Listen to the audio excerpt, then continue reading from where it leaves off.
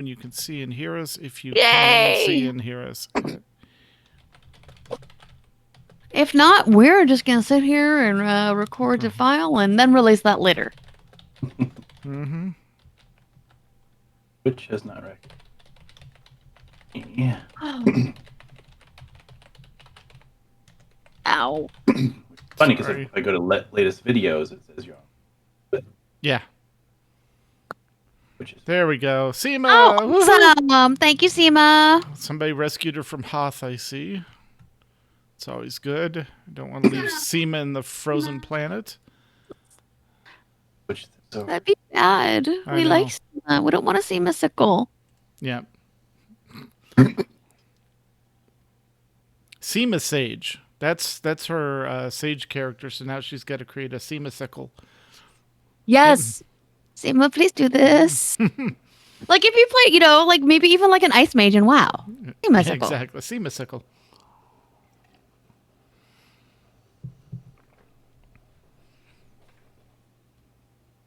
Okay. Seema sickle.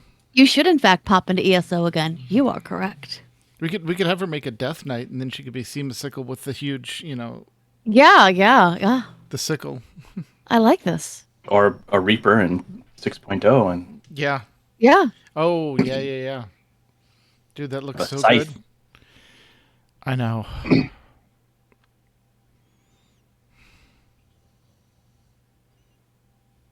I think I logged into SOTOR to just check off the boxes that says I logged in daily, logged out.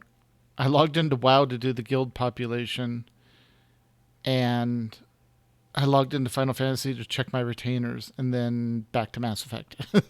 So, I can confirm. yeah, Lots of Mass Effect this week. I know. yeah. I'm still in the Citadel. That's where Rye is. In The one? first time or the first third one. time? No, Okay. the first time because I just started it Thursday, Oh, okay. so I had been resisting up until then because I knew I didn't have the time. Yeah. There's only 20 hours to play a day. You need to actually sleep sometime. And I definitely have thoughts wow. on 2 versus 1. So there's some MMO talk we could get to on that as well. So Yeah, I'm not alright. in 2 yet. Well, that's the one thing I like about 1 is people say it's always too short. I'm like, no, it was just the right amount of, like, if you did all the side quests and all the planets and all that, it feels just right.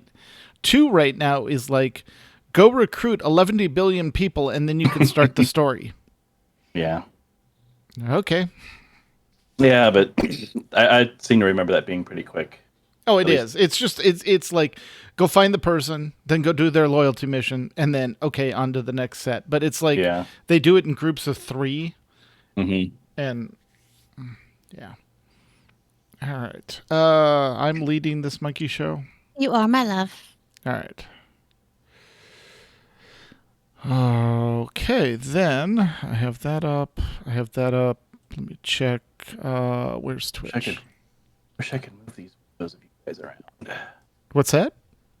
I wish I could move where you're positioned in the video, because Oh. right now a good place for me to read the notes is right where your face is. Well, just put it over Kenny's box.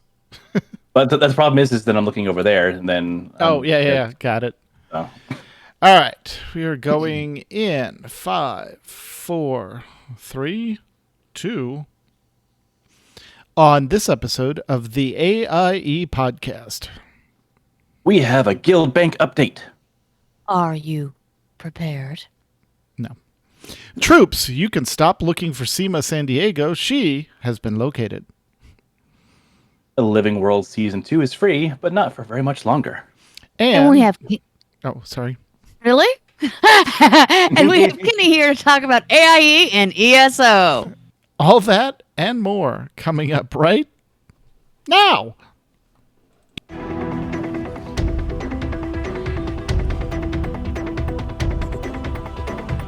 Bringing you the latest news from the AIE gaming community from planet Earth and beyond. This is the AIE Podcast.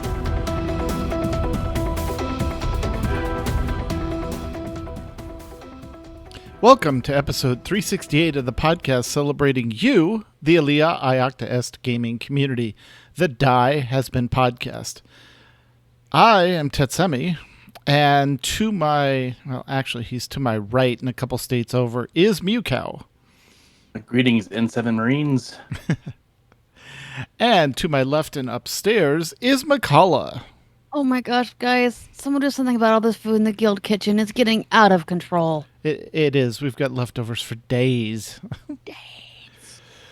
This week, we are joined by special guest Dan Kinia, who is here to talk to us about AIE in Elder Scrolls Online. Welcome. Thank you. All right. So, it has been, at least for us, it's been a busy week. I know, McCullough, you're down a couple games, but why don't we start with you and find out what's been going on? Well, let's see. So yeah, I am down a couple games, just because due to my DM's current travel status, and he runs 2 of the games. We're on hiatus until the beginning of July, which means no Star Wars and no Call of Cthulhu, which makes me very sad. Boo! But a boo! And we did end up playing a Rose game on Sunday, unfortunately. But I did our escape into Inverness campaign on Thursday, which was great. We see, when you're in hell, there's no time to rest. So literally, we have been just bombarded by devils and trying to clear out the High Cathedral to save any survivors. So we fought an Arabask, and we fought a bunch of Horn Devils, and it was 3 hours of battle. But the thing with the fight with the big devil is whenever you hit it, it then proceeded to hit an enemy within 5 feet of it. Right. And it kept hitting our cleric. It's not good. Not good at all. Not good at all. And it's starting with a crit. Ooh. So, and we've not been able to do a lot of, full up on healing. We're as full as we can be, but, we're going off of potions and I've been fine. I was fine, because even though I was getting close to hit it, I would disengage, so I never got hit by it. But at one point, our cleric was not looking great, and it went to hit him again. And while that armor blocked it, it was pretty great. When I proceeded to clap, because I was so excited about that. So what's the problem with clapping, Heather? Oh, there's nothing wrong with clapping if you have 2 working hands. If one of your wrists is broken, though, I do not suggest clapping in an exciting moment of game. No. No. Yeah, we were joking. Like, so, the doctor's like, hey, you seem to re-injure that. What happened? Ever play D&D? Yeah, exactly. It was a really great minute in game. And yeah, so that was fun. So that was actually like the extent of what I've done with dice, which is very upsetting. The funny thing is that character's name is Dice. I was going to say, you basically rolled a natural 1 on your clap. Mm-hmm. Yeah. They go with the critical failure that I rolled on the mountain 2 weeks ago. Yes. Other than that, because there's not a lot I can do. I want to do some writing, and I can't right now. Because usually by the end of my work day, I'm a little tired to write. I did go back into the office one day last week, so that was interesting.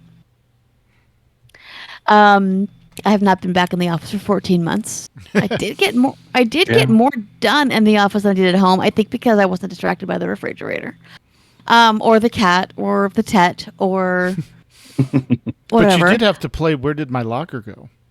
I did, and I never found it.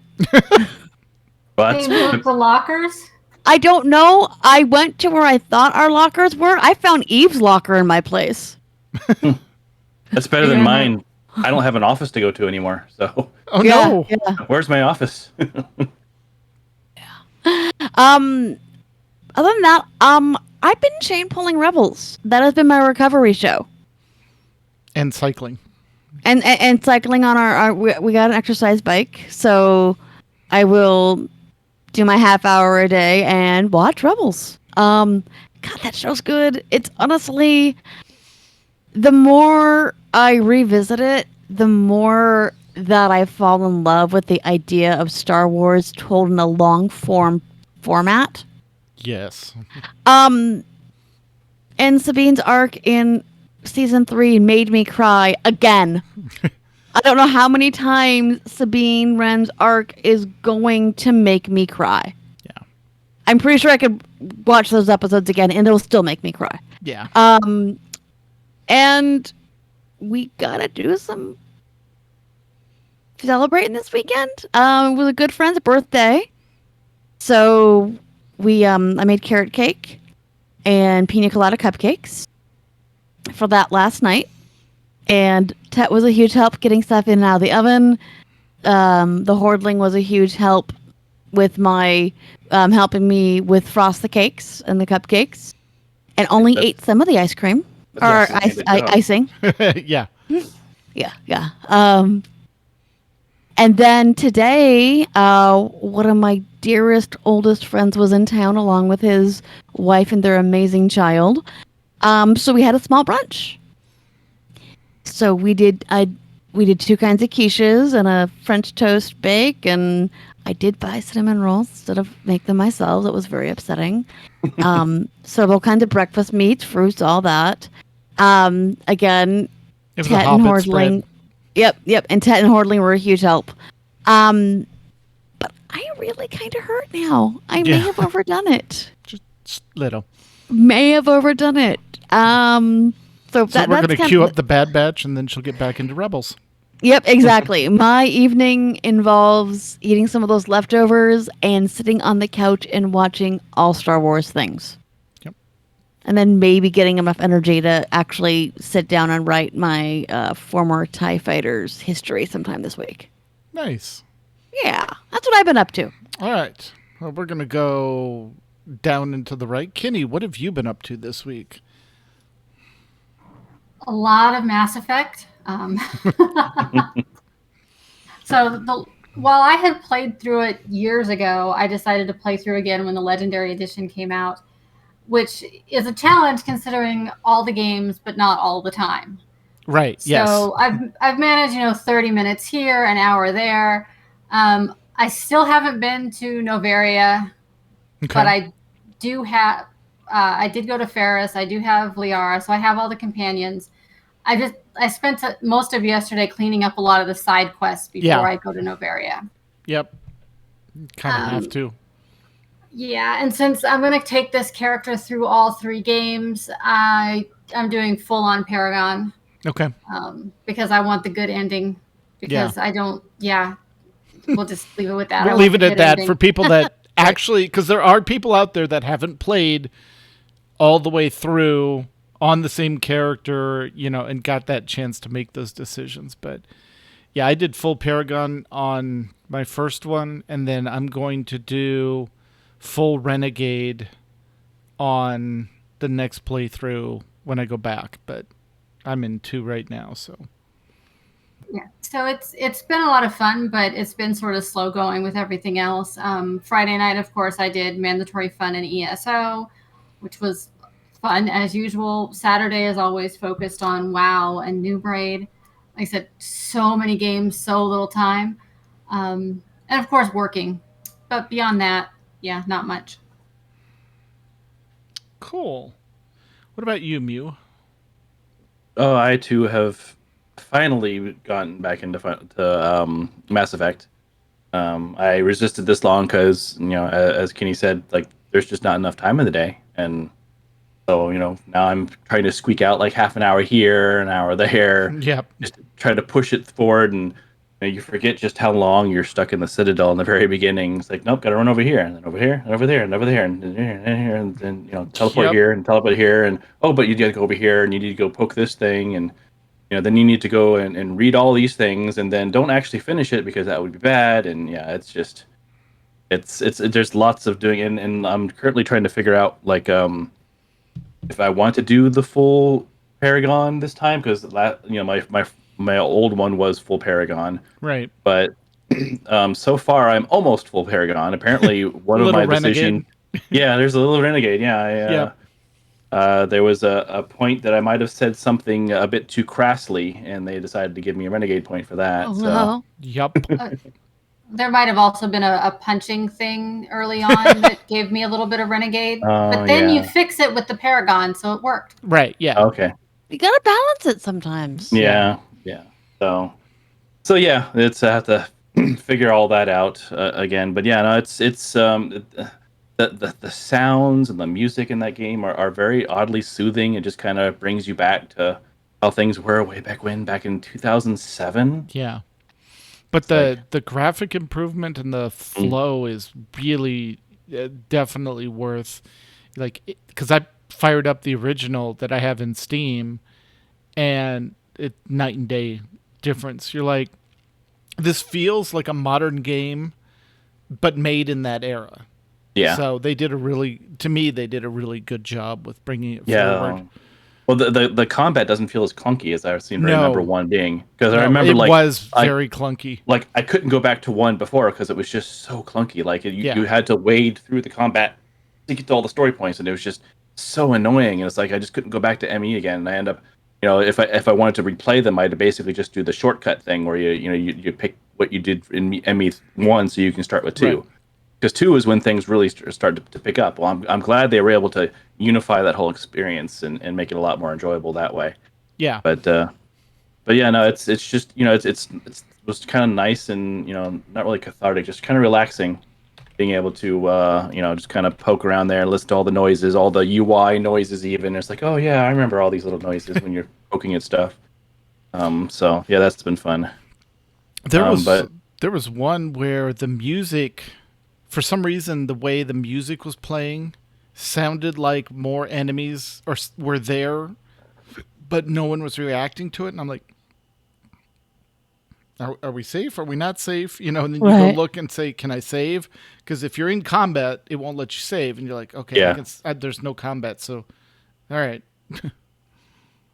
Yeah. And I always love the lights are out in this alley. That means something's about to happen. Yes. Yeah, exactly.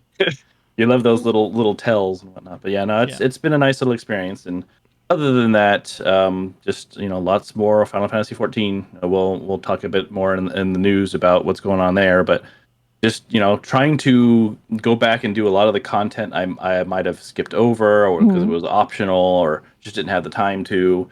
Because there's like this. I never did the extreme stuff in Stormblood, which was what was it they call it, the 3 lords, the 4 lords, like there's and so I never even unlocked that stuff. So okay. So that's been fun to go through because at that time, like I wasn't, that you didn't do those trials or extremes or whatever unless you were in a static raid team. Like that's not something you. You didn't progress that way, yeah. Mm-hmm. Yeah, no, you could pug it if you really want to, but typically you're doing that after you've already gone through it once, and then you go back and pug it with other people. But I hear it's a miserable experience pugging it on the start. So it does not sound fun. No, so I just never got around to it. But I was like, let me just at least unlock all the stuff and see what the story is. And yeah, it's actually been kind of nice, actually filling in some little gaps here and there that stuff that I might have missed in the past because I never did that stuff. And I actually spent some time last night with there's this person named Aludra, I think her name is. Aludra the Mage? You know what? Yeah. Actually, she's a myth. Is she? Oh, okay. Name I've not heard in a long... Sorry. It's been 84 years. I love her. Yeah, so yeah, we were actually kind of... she's still catching up on the main story for Shadowbringers.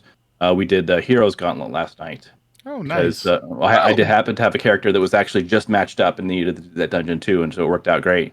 But then she discovers, and we were talking, oh yeah, and there you can go get your relic weapon and Bastia. Oh yeah, how do I do that? Oh, I don't have Ramanastra unlocked yet. Oh, you're in for a long time. Right. I'm so sorry. Yeah. It's a good storyline though. It's it was a lot of fun, but those were hard fights. Like for a 24 man, those are hard fights. Mm-hmm. Right. It was like the city of Rabanastra. Yeah. City Mount Nostra, the lighthouse, and the Orobon Monastery. Oh god, that first fight would just like you'd lose half the raid because you'd Mm-hmm. wipe once and everyone's like, "Well, we're not doing this." I'm like, Yeah. you get past the first fight, you're fine. But And then later on, you get to meet with Math Boss, and that's when everyone panics. yeah, exactly. Like, okay, Quick, I'm going prime to lower numbers. yeah, going to lower your hit points down to a certain point, and then I'm going to make you add and subtract things. Okay, Yeah. have fun. Don't die. Right. Exactly. Oh, you died. So, yeah, that's always fun. But yeah, no, it's the width and breadth of the content in this game is still surprising. It's one of those things where you expect it to burn out. And I do know some people that have been doing the content since the very beginning, and they're burnt out now. But that's because they have literally done everything to excess. Yeah. Like, their dedication is just makes WoW players feel casual with the amount of stuff they've done.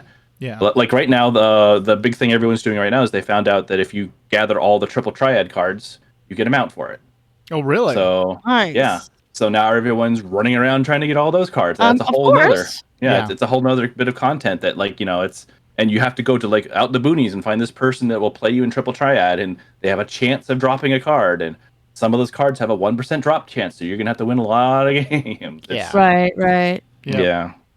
So it's they continue to keep popping up, and the irregular tomestones. Again, that's another thing that I've been chasing because this time around the goodies you get from the Mogs or the Moogles are actually really good. They have some really good mounts and some other fun exclusive stuff, and yeah, it's actually worth grinding for. So yeah, there's just too much to do and not enough time in the day to do it. Yep. 100%. That's pretty much what's going on with me. Is never enough time to do anything. No, exactly. So what about you? I got sucked hard into Mass Effect Legendary Edition as well. Yeah. I played through 1, did mostly Paragon. Apparently, I made a couple Paragon Renegade choices. Okay, whatever. But we were talking about. Yeah, we were talking. Max was mentioning the Mako and driving the Mako, and it's interesting because there's a very divide between people that don't like the way it drives and people that love the way it drives. And my challenge once I landed on a planet was, what is the worst avenue of approach that they won't see coming? So like if the mission was, like on the halfway up a cliff, like, can I come over the cliff on the top and come down so all the sentry turrets are blocked by the building itself and I can just pick them up, And so that was my addition to the gameplay. And 1 was like, what's the approach that they didn't cover, and I'd get myself in trouble because I'd like come over and I'd get 4 of the 5 turrets and you're like, where's the 5th turret? And then you realize it's all the way on the other side at protecting the valley they expected you to come through. So you got to go down and go get it. Like, okay. But yeah, no, that's fun. And I noticed going from 1 to 2, going back to our whole MMO discussion and respective time, they added complexity to 2 that I don't think they really needed to add because like the heat, and I know there are mods out there that you can change it, but ammunition in 2 versus the heat buildup in 1, the heat buildup in 1 just felt more manageable than, oh, I've run out of ammo, let me run around the battlefield and look for a clip while somebody's shooting me. Yeah. It kind of takes you out of the gameplay a little bit. Yeah, Max is the same way. I don't like it. It's like, it felt like such a disconnect coming out of 2. You're like, where's my... Oh, I'm back to ammo again? Oh, this is not good. Right. But the other thing is when you're traveling from planet, when you land in a galaxy, instead of just hitting a planet and going scanner, because you have a whole ship of people and they know how to run instruments and they can scan a planet and find out what it needs. They're like, no, we're going to make it a fun mini game that's going to take up hours of your time while you try and gather resources so you can do upgrades for your ship and your other weapons. And I'm like, really? It seems like an unnecessary addition to gameplay that takes you away from the story, which I think is the strength of the series. So it was like, why, because you can spend a lot of time when you get into a planetary area scanning all the planets and then doing the mission in that area, and then like, oh crap, you're limited to 30 probes, so I can spend 15-20 probes on one planet, and if there's no fuel depot in that solar system, then you have to go back to the other system that has the fuel depot, buy probes, go back, and all you're doing is scanning a planet for resources that you're going to spend and upgrade stuff. And it felt like, I understand that this is kind of, cool the first time, but like it just seemed like unnecessary complexity added to the system that didn't need to be there. Yeah. So, but I'm having fun. I maxed Shepard out as far as like, so I always have the, again, the charismatic choices or the, the intimidation. Yeah.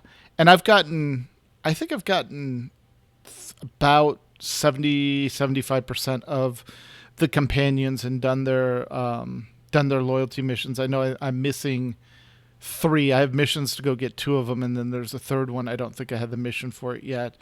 And I will just say this, Jack as a character, that is a messed up character, and how she got that way is just, that whole thing was brutal.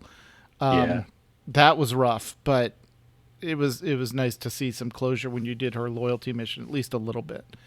But and other than that, I'm just logging in and doing maintenance in the MMOs because I'm having more fun in Mass Effect right now. I'm waiting for the next patch in Final Fantasy 14 Part 2. I'm waiting for the 9.1 to drop in WoW.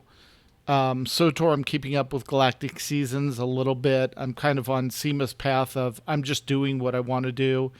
And then if I'm falling behind for the week and I have extra cartel coins, I'll just, stay current by unlocking things that way. So, but definitely Mass Effect, I think they launched the Legendary Edition, intentionally or not, at the perfect time when there's a lot of lulls in the MMOs that I'm playing.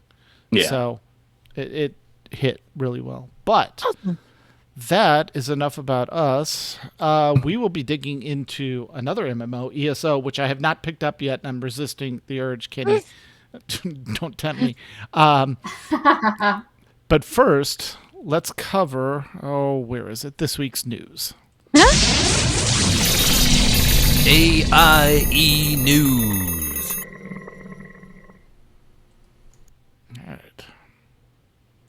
All right, let's start in the community section with Mandatory Fun Nights, where the fun is mandatory, but the attendance is not. Earlier today, we had the WoW Classic Gathering at 2 p.m. Eastern, and right now, STO is starting Sundays at 8:30 p.m. Eastern. But if you're into Guild Wars 2, Mondays at 9:30 p.m. Eastern, they're doing their stuff. And then Tuesday, we have SWTOR at 9 p.m. Eastern, 8 p.m. max time. A little bit after that, we have Final Fantasy XIV Casual Rating at 9:30 p.m. Eastern. And then the next night, on Wednesdays, we have Fun Night at 9 p.m. Eastern in Final Fantasy XIV as well. And then following that up on Thursday with more Final Fantasy XIV Progression Rating this time at 9:30 p.m. Eastern. And then Friday, we'll have a nice relaxing time in ESO at 9 p.m. Eastern with Kenny friends. And a little later after that, Final Fantasy XIV Late Night Fun Night at 11 p.m. Eastern. And to round out the week Saturday, we have Lord of the Rings Online starting at 8:30 p.m. Eastern, followed by Final Fantasy XIV Map Night at 9:30 p.m. Eastern, and followed that with WoW New Raid at 11 p.m. Eastern. All right, and in streaming and podcast news. By the way, guys, if you have a podcast or a stream that does AIE focused games and you want us to feature that, feel free to let us know and give us updates because we want to know what you're doing in game. So, in that respect, the Fleet Action Report for Star Trek Online. Episode 37 through 46 are now up on the YouTube channel, with the latest episode, number 46, titled It's a Disruptor Thing. Nikitas and Griebach are back with another installment of the Fleet Action Report about Star Trek Online. This time they tackle some of the equipment you might want to hunt down and where to hunt it down to make a disruptor build. And that link is in the show notes. Also, just look for Fleet Action Report in YouTube. New World Overlords, of course, we have, which is our SOTOR podcast, hosted by our delightful Seema and Max. Episode Escape Podcast 382, 'tis the season.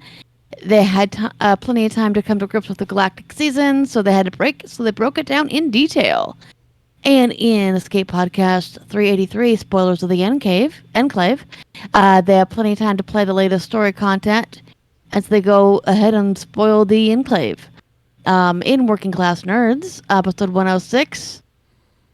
Armanestra Gaming, thank you. Words are hard. This episode, Marcus and Nick are joined by the great and powerful Armanestra. Armanestra is not only a great streamer on Twitch, but she's an award-winning actor as well. The whole gang chats about the difference between those two worlds, their love of Star Wars, and of course the games they've enjoyed playing. You can find more about Armanestra on her Twitch channel. And in Working Class Nerds 107, Kitty in the Dark, they are joined by the always handsome Kitty Kisses. Together they break down the newest novel of the High Republic era in Star Wars, Into the Dark by Claudia Gray. Oh, I like her a lot. She's a really great writer. Mm-hmm. She's the same one that did Lost Stars. Yep. And there was another one that I really enjoyed that she did. And after the break, they go into full spoilers of Into the Dark. So listeners, beware. Kitty's information is listed in these show notes. And in WoW news, thanks to a great suggestion from the KA Raid team, they are opening up the Raid Team Guild Bank program to include one additional bank tab. This is only available by request of the raid leaders for each team. If you wish to be part of this wonderful service, please contact the officers. Additionally, this is your reminder for those that are in the program to double-check your rank permissions and team membership. If the officers need to add or remove permissions, the raid leaders need to contact us, and we'd be happy to help out. Thank you all for being awesome, and have a great weekend. And that is from Cyrene. And in WoW Classic, are you prepared? No, not at all. 3 days until Burning Crusade Classic launches on June 1st. So 2 days. All right. New server is going to be Mancrick US, not Mankirk. Kirk has nothing to do with that's STO. Let's go to the other game. It's Mancrick.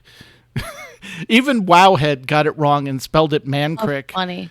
Or Mankirk in the announcement notes when they were doing the server merges. It was hilarious. We are playing Horde, and we were previously on Pagel for WoW Classic, but have since changed servers to Mancrick for Burning Crusade Classic. So feel free to roll up a new character. If you want to transfer a character over, you can do that. Once you've created a new character and or transferred one over, there are 2 ways you can be invited. You join AIE LFO in-game to request one if there's an officer or greeter online to assist you, or go to the AIE Discord and ask in either the WoW Classic channel or the LFO channel for an invite for your character name, and someone will help find time to meet you in-game for an invite. The Aie Mounts Program is also back again. We look forward to continuing the adventures in Burning Crusade Classic. The Dark Portal awaits us, AIE Guild. That was from Nevermore. The AIE Mounts Program, previously mentioned, is an interest-free loan program to obtain your level 30 mount, and it is continuing in the Burning Crusade. Current details are being worked out, but in the meantime, contact Lars Gagner via direct message in AIE Discord. Any donations to the fund are accepted for a possible expansion to be able to help members with loans towards epic riding and perhaps eventually flying mount training. Details about the program are available on the AIE Guild website or directly via the URL bit.ly/AIE Mounts. My ventriloquism is doing really well lately. I'm sorry? My ventriloquism is doing really good lately. I know, right? I sound just like that. I'm sorry. It's okay. He was into good. it. He was into it. I was right on that wild train. All right. Oh, Catch up with this in a minute. Yeah, sorry. It's okay. Sorry, guys. Just giving Ted a gentle ribbing there. All right, in SOTOR. This past Friday, Marcus, Lochi, Tabitha, and Albus conducted the mega event. Where in the world is SEMA San Diego? Everyone gathered on the frozen planet of Hoth, where the pirate Max the Greybeard spun piratical tales about where SEMA might be. Players worked tirelessly all night to find items that needed to provide clues, and where SEMA was finally found. The winner of the night was Velik, and everyone went to the guild ship where treasures from the guild bank were had by all. In game news, a new flashpoint is called Secrets of the Enclave and continues the story of Darth Malgus. He has broken his chains and wants nothing to do with the Empire or the Republic. We chase his trail into the ancient Jedi Enclave, but only to find leftover resonances of him. So he has escaped us, but apparently has gotten his hands on 2 very powerful relics. It's always dangerous. We don't know what he's up to, but it can't be good. Join us Tuesdays for MFN and Fridays for the rotating nights of Master Mode Flashpoints, Hard Mode Ops Training, Achievements, and Mega. All right. And I will take this. So Mew doesn't have to... Mew, do you want to read too? Go ahead. Okay, sure. All right. There you go. Over in STO news, the end of the Klingon Civil War comes to the House United season. Only Kunos Indoors event earn a 4-piece ground set by playing new missions, new TFOs, or new patrols, all centered around the new season. A new bridge for KDF captains based on a new in-game mission. The Lobby store, Zen, and Key Sale is on until 5/31, so that's tomorrow. The Fleet Action Report is looking for people to help with a PvP episode in 5 weeks. If you're interested in helping, you can find contact information at fleetactionreport.com. I've actually been watching a lot of Star Trek lately. I don't know what it brought back, but yeah, watching some Next Gen and oddly enough some DS9, and I forgot just how much I enjoyed DS9. Yeah. I really liked DS9. Honestly, DS9 and Voyager were kind of like the Star Treks I watched as an adult. Like my first apartment, kind of. That was our Wednesday night thing with Star Trek.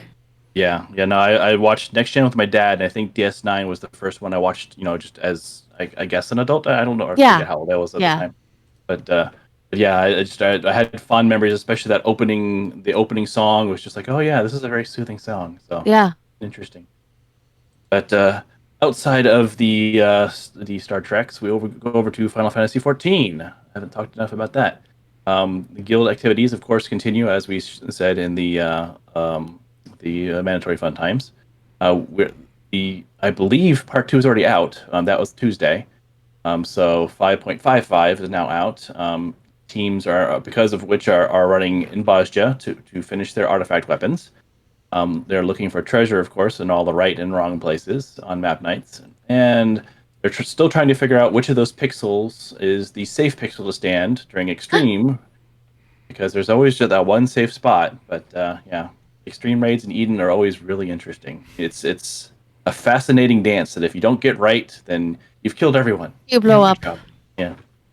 But yeah, so 555 is out. So you got the end of essentially the end of Shadowbringer story.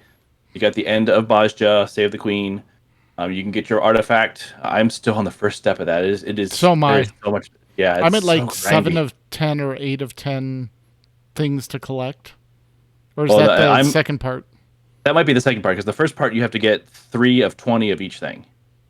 Yeah, I did that. Yeah. So you're on the second part. Yeah. So I'm still trying to get those things because it's the drop has just been horrible. In fact, I've resorted to going to do fates just so I can at least have an actual a guaranteed drop. If you go do fates in certain areas, you'll get a guaranteed one drop. I think I got in a fate group. That helps a lot. Yeah. Yeah, and we just tore it.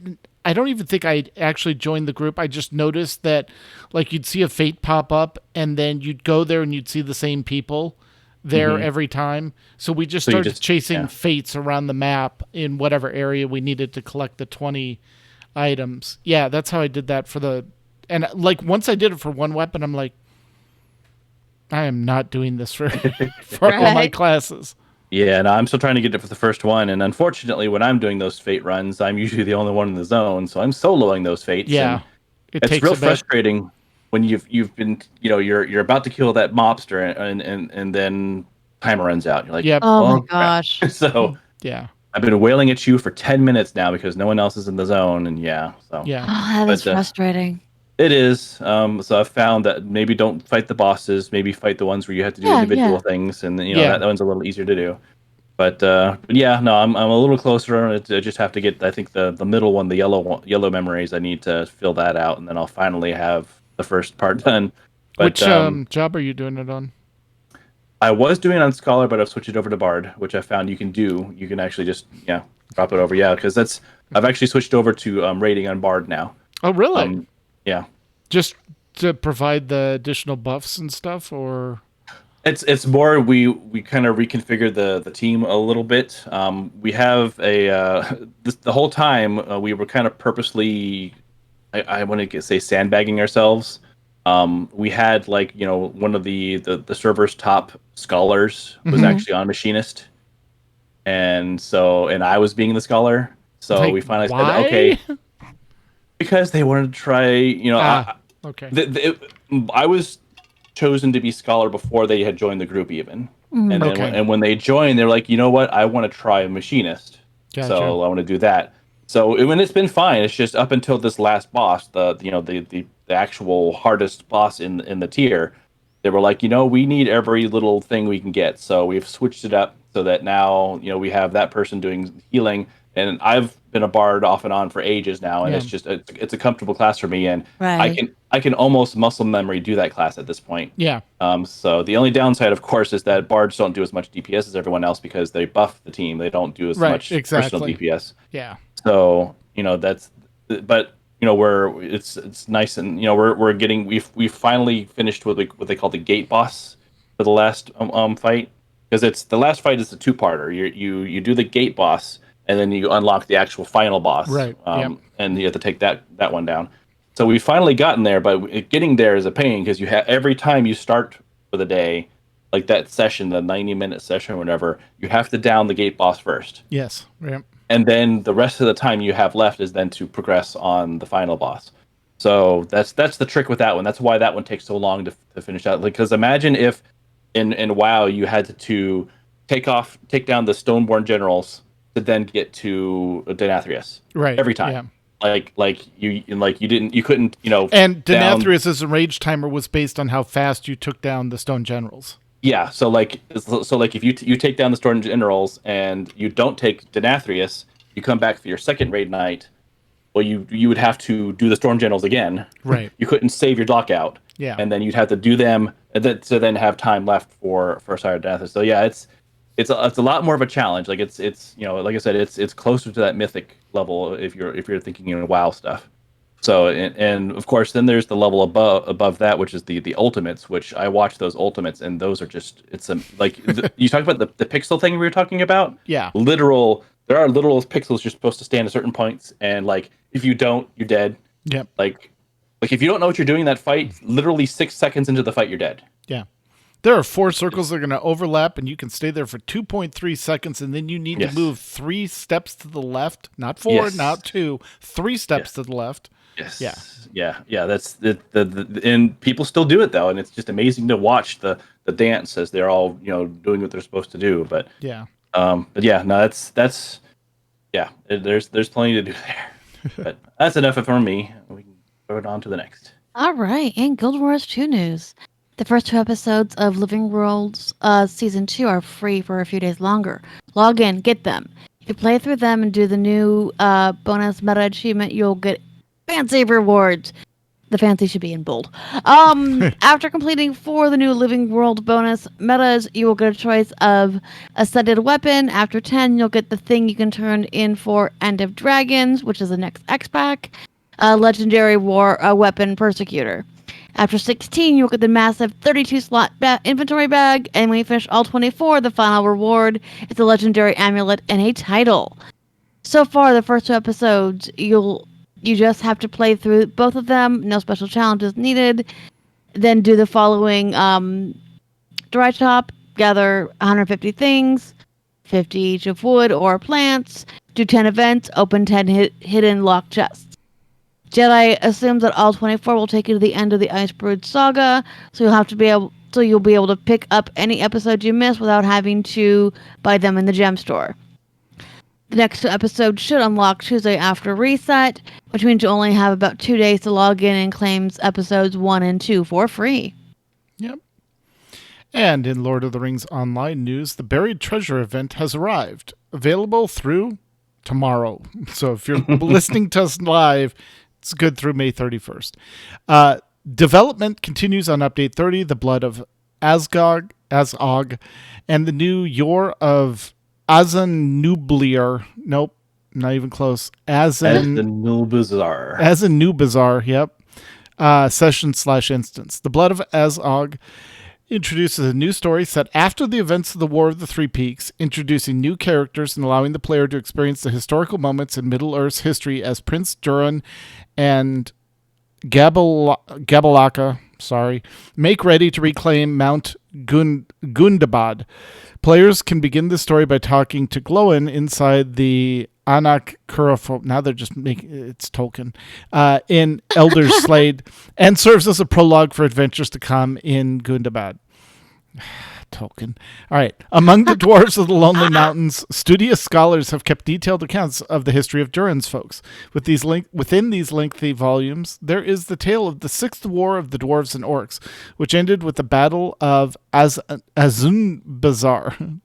Players will experience momentous events of the battle as their own characters, but through the eyes of Hemeth Stonehammer, a hero of Durin's folk, as recounted in his written works. And with that mess of Tolkien's language, let's get back to Kenny and find out what is going on in ESO, which has much more pronounceable names. Right? Yeah, definitely. That's because I typed the show notes and I make sure everything is pronounceable. Right. So ESO, there's a new expansion coming out called Blackwood, and the next update, Update 30, comes out at the same time, and all of that launches Tuesday on June 1st for PC and June 8th for the consoles. Blackwood brings with it a new zone, which will of course have the usual trial, world events, delves, public dungeons, all the questing, good stuff that's in it. And it continues this year's Gates of Oblivion adventure, which ties back to, I don't know if any of you guys played Oblivion way back in the day, but it definitely has a lot of callbacks to that, and adds the new companion system. The new companion system is a way to get an NPC that will fight alongside you. There are going to be quests to recruit the NPCs as well as loyalty quests later on, and you'll be able to customize their abilities, outfits, things like that.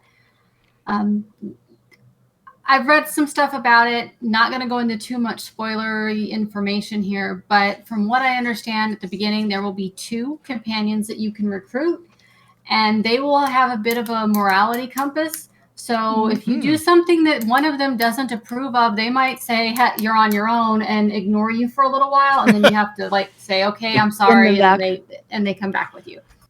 Interesting. Which actually does sort of align with some other Bethesda type titles. I don't know if you are familiar with the Fallout franchise, where in Fallout 3, depending upon whether you were positive or negative or good or evil, decided which companions would go along with you. Or in Fallout 4, if you broke a law when Valentine was around, he didn't like that very much. Yeah. So very similar to that from what I've read. But that sounds interesting. And the fact that there's gear that you can get specifically for them with their own bonuses, you can pick what skills they use. So if you primarily are a DPS, you can have them heal for you or tank for you. I'm looking forward to seeing how that works out when the launch happens. Yeah.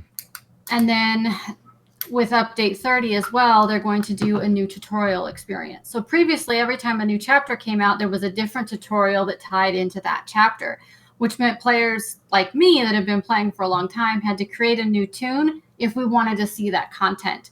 They're changing the way that works going forward. So it's going to be one tutorial story for everyone, no matter what expansion you start with. And then when you get to the end of that, you'll be able to pick which zone you go into. So if you create a character, but you really want to start in Somerset, you can say, let's go do Somerset. Or if it's for the brand new zone, you can say, let's go Blackwood. But the basic tutorial will be the same.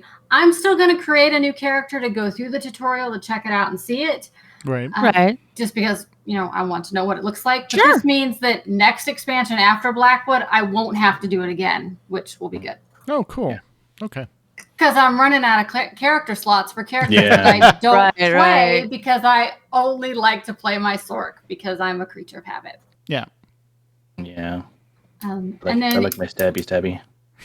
Yeah, I like zapping things with lightning. It's great. And then in mid-June, so not coming out with Update 30, but later on in June, what's being called the Endeavor system is going to be launched for all ESO players, no matter which expansion or chapter you've purchased. It's going to give you daily and weekly tasks that you sort of accept right at the very beginning of the day or week. They're automatically there, and they will reward players with gold or experience as well as a new currency. These tasks align with normal things that you would already do, so it might be a daily task to complete, a certain number of quests or kill a certain number of monsters or gather some things. And you'll get gold, you'll get experience, and the currency based on it.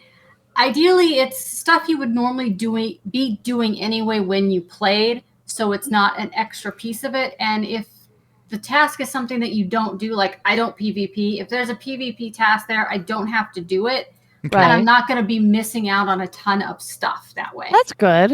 Yeah. So is when they this try to force it? Is this basically ESO's version of a battle pass?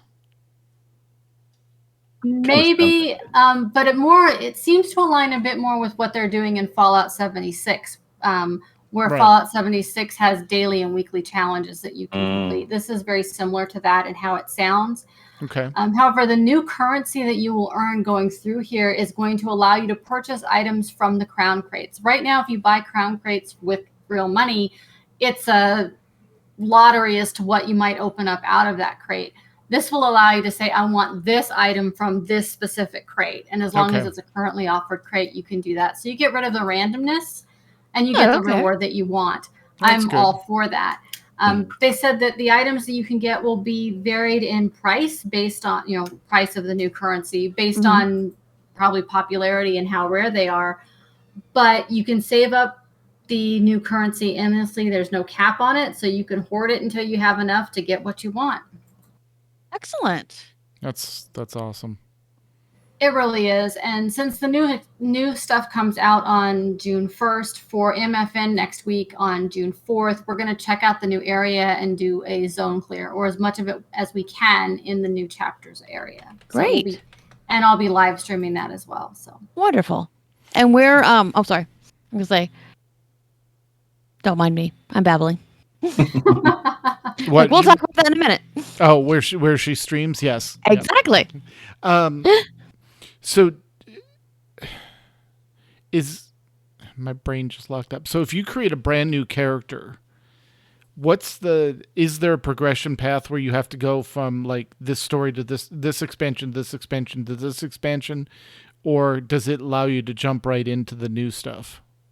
You can jump right into the new stuff.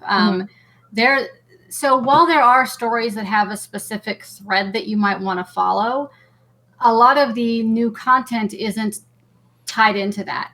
So if you've never done Elsewhere, you could still jump right into last expansion, Greymoor, you might miss a few story beats, but nothing drastic. It's standalone every time. Okay. But there are callbacks. Like there's a couple NPCs that you meet in earlier areas of the game that will be part of the new expansion as well. And you've seen, and they've been visible in the new dungeons that came out. So just some tiebacks, but nothing that will keep it so you don't understand what's going on with the newer chapters. But if you did want to start a new character and progress through, I guess, because ESO does things differently as far as character power than some of the other games. So like, you won't like out level. Like if you start as a brand new character in the original stuff, you're not going to out level it and then just be bored, right? Nope. It does a really great job of scaling.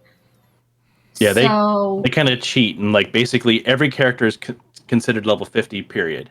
Like you start the game at level 1, you're still 50 as far as the game concerned. So you're still everywhere. You're level 50. It's the bonus stuff. The what's the name of the system to get extra levels? Champion points. There you go. Yeah, that. Which similar to Paragon points in like Diablo. You get champion points that you can spend on different passives, things like that. But one great thing about it is you can walk out and go pretty much into any content at the level you leave the tutorial, which usually is level 2. You get your first level, right as you end that in most of the tutorials. There's some content that is level locked, like you can't queue for your first dungeon until you're level 10, but you can hit level 10 in a couple of hours. You can't queue for a trial until you're level 50. And some of the higher level dungeons, they sort of gate some of the dungeons. Like the first ones you unlock at level 10, you might unlock a couple more at level 12 or 13, a couple more after that. But you could still queue, and anyone can run those. So like I went in with Anwil, one of our guildies today. She was barely level 10, and we ran a couple dungeons together, and it was taking me into those level 10 dungeons. I was the highest level person in there, but everyone was contributing. It wasn't I was steamrolling everything. Right. It was, we all had a part in it. We all got loot. I got experience and loot equivalent to my levels. They got experience and loot equivalent to their levels. So it worked really, really well for that. It's a game that makes it super easy to group up with people and super easy to pick it up at any time. Awesome. Very cool. And then tell us a little bit about what you guys do on ESO's MFN. MFNs for ESO depend on what's going on. So like I mentioned, next week we're going to do a zone clear. Every now and then we'll pick a zone and we'll go through and we'll find all of the way shrines, all of what are called sky shards. And every 3 sky shards you get skill points. So we'll clear all those sky shards. We'll kill every world boss in the zone. And just get those points of interest out of the way as a group. We also will do nights where, like when new dungeons release, we'll group up to do the new dungeons in groups of 4 so that we're queuing as a guild group and running through that content together. We generally don't have enough people to do what's called a trial, which is ESO's version of a raid. They require 10. Usually we're around, anywhere from 6 to 8 players, or sorry, trials require 12. I'm sorry, I misspoke for a second. Usually we're around 6 to 8 players. So we don't do trials, but we'll clear the instance dungeons. We'll go into what are called public dungeons, which are 3 to 4 person things that you can do out in the world. We take 8 people in there and steamroll the whole thing. Nice. Yeah. Because you can farm, like in one dungeon, the mobs will drop what we call cat parts, and you get all the parts, you put them together, and you have a non-companion pet that follows you around. So we'll farm that stuff. It just depends on what the mood of the group is as to whether it's dungeons or a zone clear or what content has come out recently. Very cool. Cool.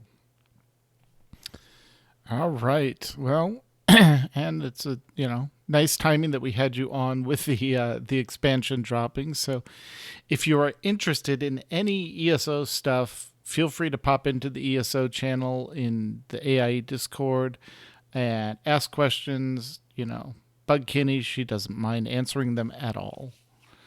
Nope, I don't. I'm more than happy to talk about ESO all day long. All right. I think that is going to be our show for tonight. While the chat room begins suggesting show titles, we do want to thank Kenny for joining us. Thank you so much. And where are you streaming? I stream on Twitch at Dankinia, DANKINIA. I'm also on Twitter under that same handle. I stream our mandatory fun nights in ESO on Fridays, and then I stream New Braid and WoW on Saturdays. So both guild events. Very nice. Oh, Mew, I think you muted yourself. I did indeed. Mew is muted. Mute, cow. All right.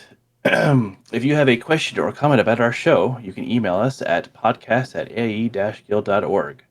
You can follow us on Twitter. The show is at AIE Podcast. I am at the Mew Cow. Mikala is at Cyberwaif. And Tetsemi is at Ivory Tiger. We record live with video every other Sunday at 8 p.m. Eastern, 5 p.m. Pacific.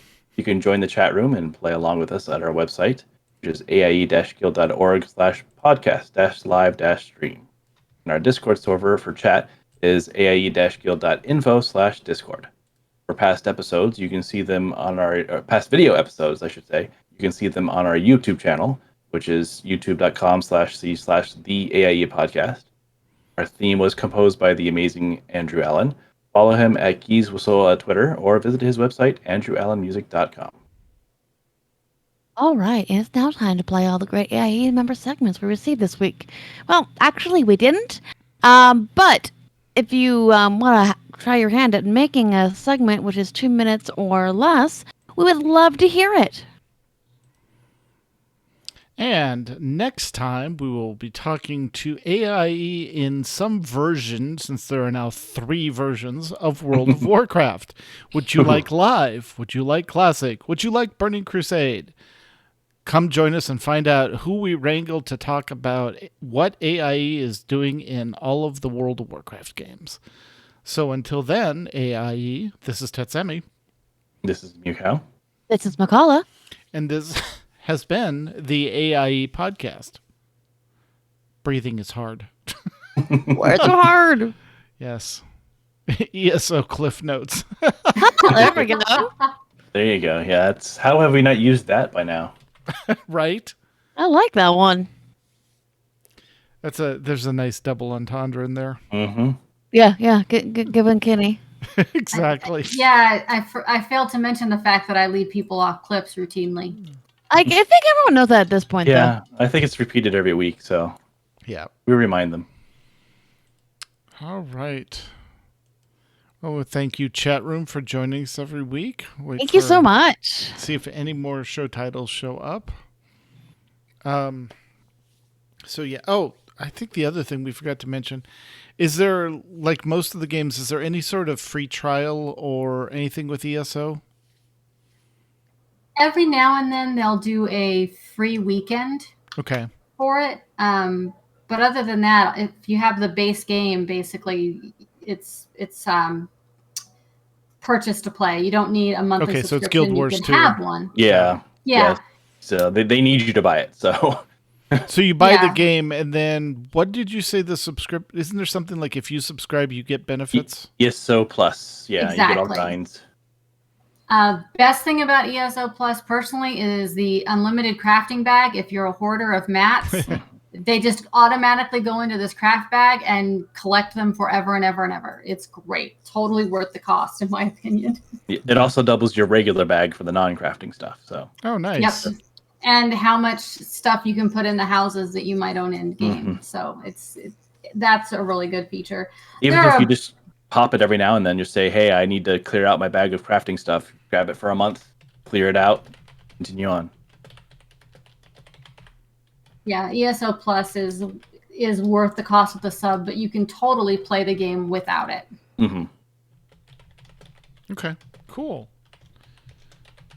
I can't even spell today. It's okay, Ted. Can't spell, can't word. Nope. Words are hard. Breathing's hard. Everything is hard. There we go. Cool. All right. Let's see. I know if I played it, I'd want to sub again in less than 10 minutes. Yeah. Once you go plus, Yep. you'll never look back. You can't even, you have to vendor half your stuff. Yeah. So, all right. Pretty Cool. much. Well, Kenny, thank you as always for joining us. And I will start wrangling somebody for WoW next time. Oh, did we slide on the show note? Or show name? ESO Cliff Notes seems to be perfect. That's pretty Okay. cute. Yeah, Both really good. we will do that. All right. Thank you, chat room. We will talk Thank to you, you folks guys. later. Bye.